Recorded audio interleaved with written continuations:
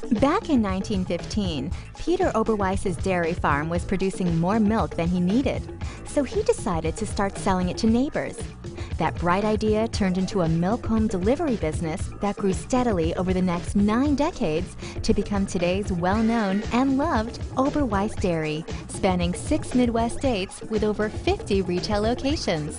And yes, the milkman is alive and well today, with Oberweis Dairy still delivering milk in their famous glass bottles to homes across the Midwest. Anyone who has tasted Oberweis milk or ice cream quickly knows why it's called super premium. There's really nothing else quite like it. But to grow from its humble beginnings to the operation it is today, Oberweis didn't rely on great products alone. Marketing and building customer relationships made all the difference.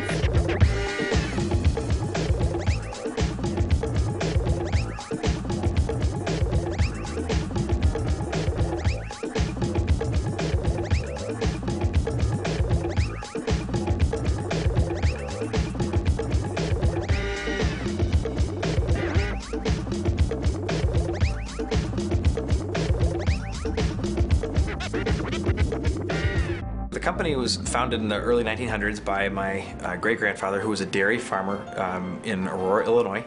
He began selling raw milk to his neighbors, extra milk to his neighbors in about 1915, and in 1927 formed a more formal company. And that turned into kind of the legacy of a family farm providing really good milk to local families, and kind of grew from there. In the 50s, we decided to make ice cream because we had so much leftover cream.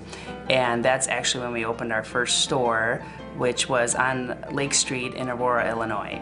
The company really from its founding until about 1990 was a very, very small company. We had 1 store and a few thousand home delivery customers.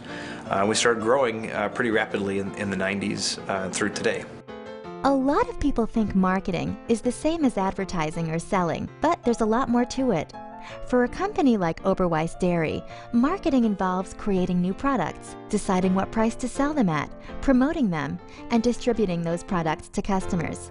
Marketing has changed drastically with Oberweis over the last 20 years due to the fact of the number of locations that we have, as well as the number of customers that we have. In this day and age, with so many other people out there with ice cream shops and the like, there's a definite push towards the internet and television and radio and other different types of social media.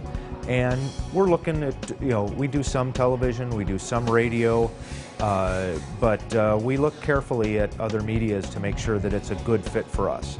In the United States, the field of marketing has evolved over the decades into 4 eras. The production era took place during the mid-1800s through the early 1920s.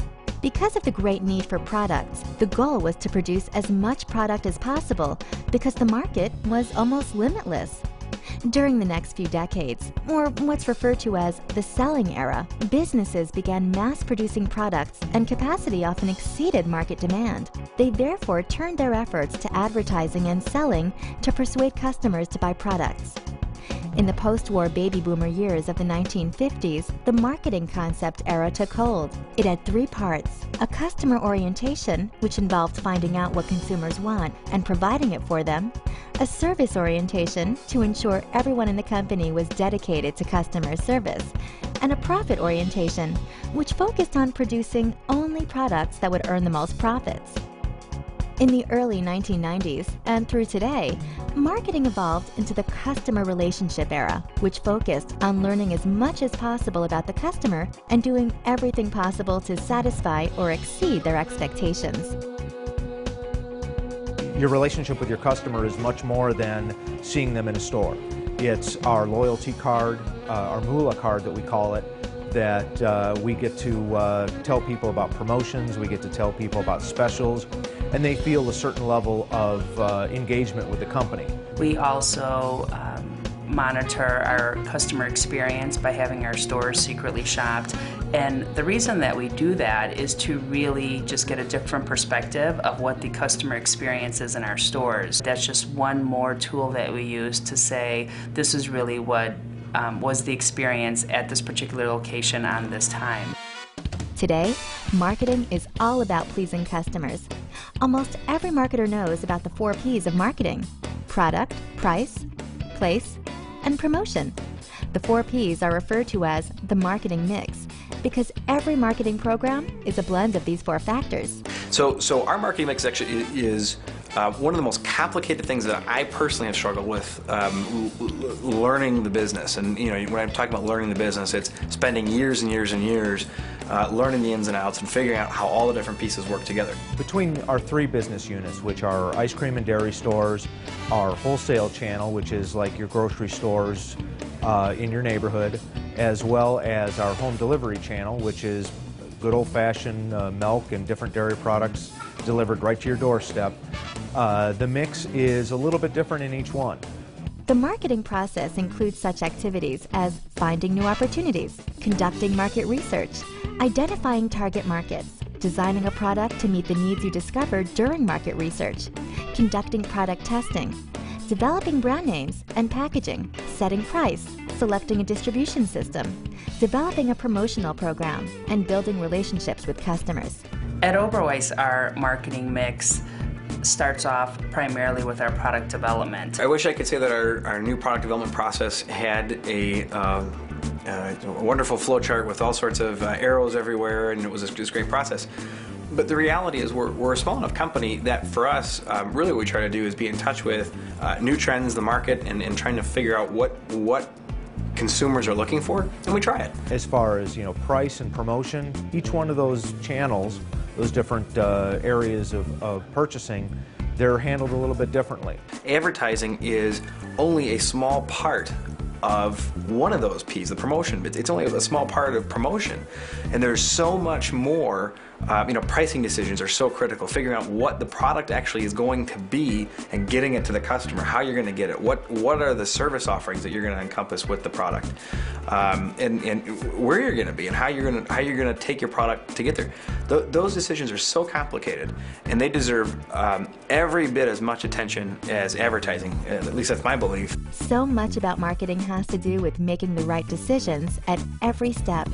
Sometimes marketers conduct marketing research or the analysis of markets and consumers to collect information that aids them in making the right decisions.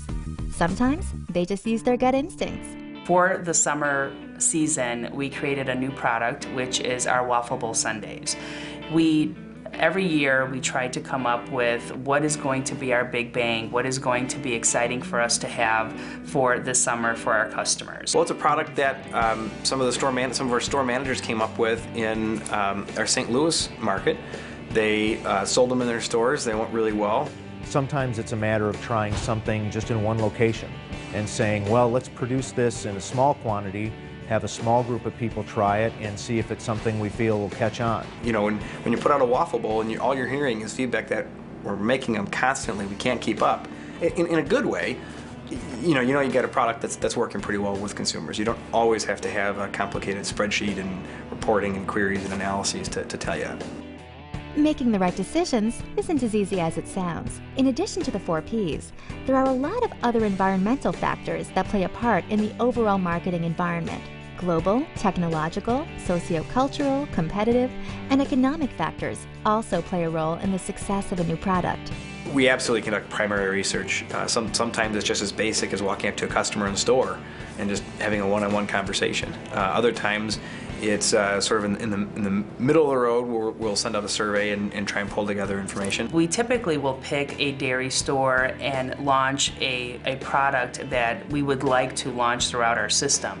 And we will have our employees offer that to our customers free of charge and then ask them to fill out a very short survey. We've done that with a number of different initiatives, different products.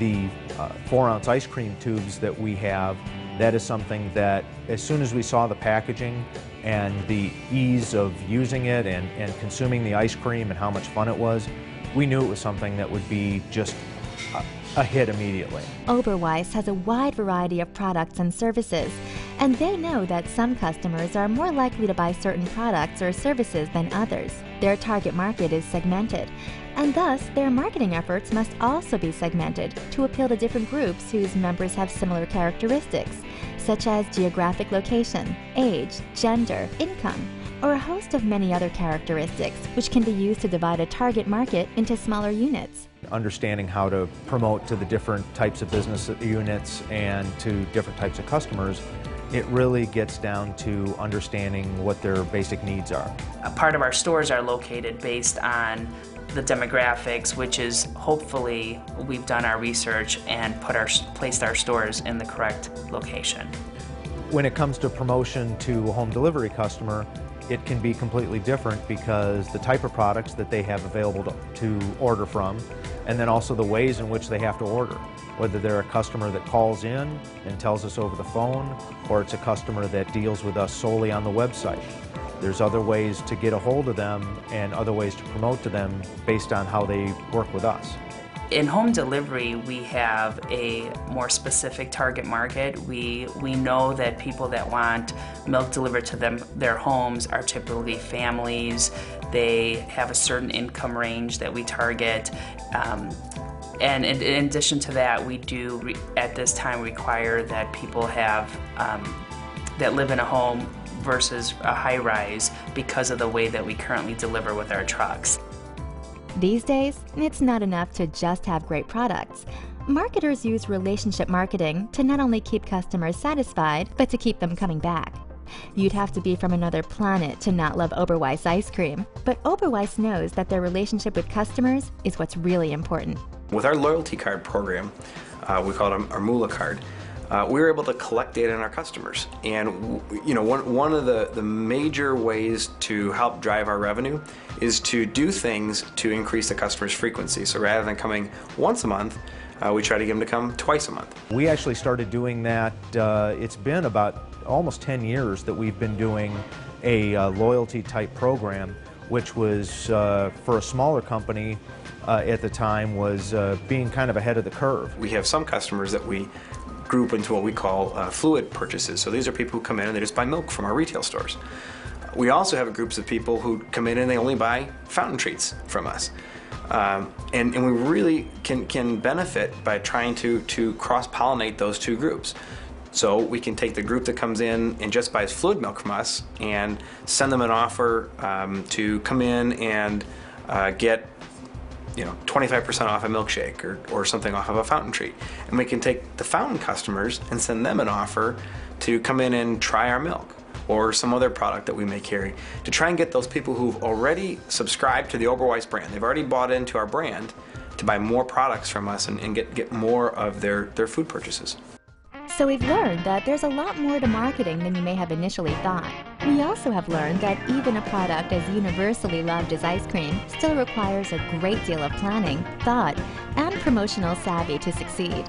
Life may very well be like a box of chocolates, but marketing is more like a turtle sundae. You have to know what you're going to get and in what amounts if you're going to make it right.